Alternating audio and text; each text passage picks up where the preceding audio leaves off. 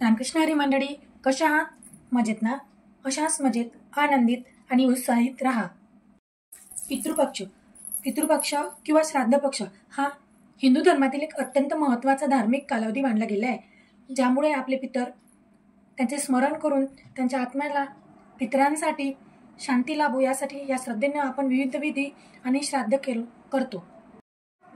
पितृपक्ष हा कधी चालू होतो? तर पितृपक्ष हा भाद्रपद पौर्णिमेनंतर तसेच अश्विन अमावस्येपर्यंत सर्व पितृ अमावस्या हा 15 दिवसाचा कालखंड असतो. हा कालखंड साधारण 15 दिवसाचा असतो. या काळात प्रत्येक दिवस विशिष्ट तिथीला श्राद्ध केले जाते.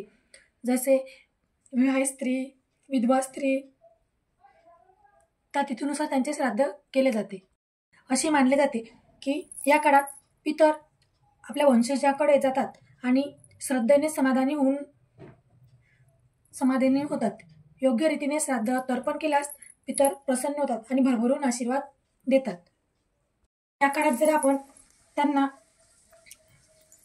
श्राद्धविधी केला तर त्यांच्या आत्म्याला शांती लाभते आणि आपल्याला ते भरभरून आशीर्वाद देतात. आपल्या कुटुंबात सुख, समृद्धी आणि अडथळ्यापासून मुक्तता होते असे मानले जाते.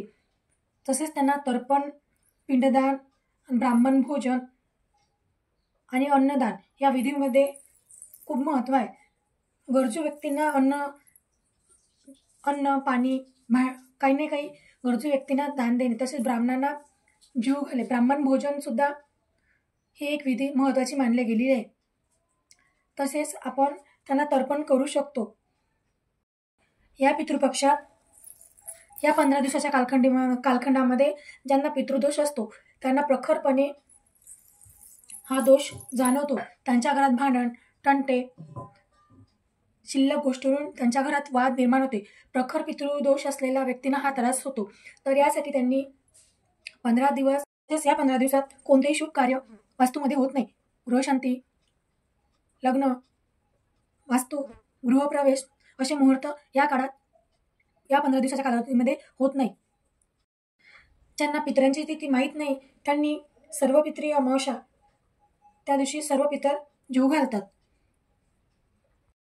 श्रीमद भगवद्गीतेत सांगितलेलं आहे की त्यांच्या आत्म्यांना उन्नतीसाठी आवश्यकता आहे. गीता विचारानुसार आत्मा अमर असतो, पण त्याच्या पुढील प्रवासात त्यांच्या कृतीचा प्रभाव आपल्या वास्तूवर किंवा आपल्यावर पडत असते. तसेच या कालावधीमध्ये काही सेवा करावायच्या असतात. जसे आंघोळ केल्यावर दक्षिण दिशेने तोंड करून खाली आसन घ्यायचे आणि बसायचे. 15 दिवस नित्यसेवेच्या पुस्तकात पितृसूक्त दिलेले आहे. ते पितृसूक्त आपल्या पितरांच्या आत्म्याला शांती लाभो यासाठी नित्यसेवेत 15 दिवस पितृसूक्त पाठ केले पाहिजे. त्याचप्रमाणे त्यांना तर्पण विधी ही अर्पण केला जाते. त्याचप्रमाणे दररोज वाचन केल्याने पितरांचा आपल्याला आशीर्वाद लाभतो. गृहशांती, कुटुंबात पितरांचे अखंड संरक्षण लाभते. हाती घेतलेल्या प्रत्येक कार्यात यश लाभून येते. आध्यात्मिक प्रगतीचे अडचणीत यथाकाल निवारण होत असते. या विधी जर आपण नेहमी घरात चालू ठेवला तर या अनुभवाची सिद्धी अशा सेवेने फलप्राप्ती मात्र अनमोल अशी आहे.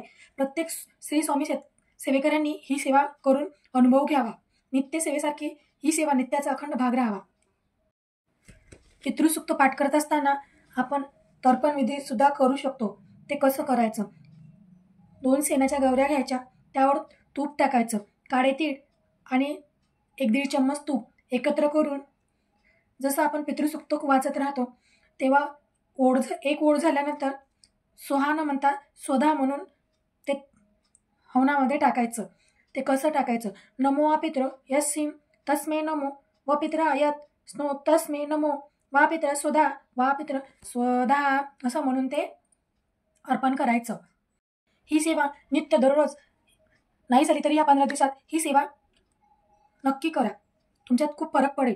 घरात कुलदेवता किंवा पितृदोष निवारण करण्यासाठी ही सेवा या 15 दिवसात घरोघरी केली गेली पाहिजे. स्वामी सेवक नित्यसेवेत ही सेवा सांगितलेली आहे. त्यामध्ये पितृसूक्त पाठ नित्यसेवेच्या पुस्तकात दिलेला आहे. तुम्हाला जर माझा व्हिडिओ आवडला असेल तर सबस्क्राईब करा. पूर्ण व्हिडिओ बघितल्याबद्दल धन्यवाद.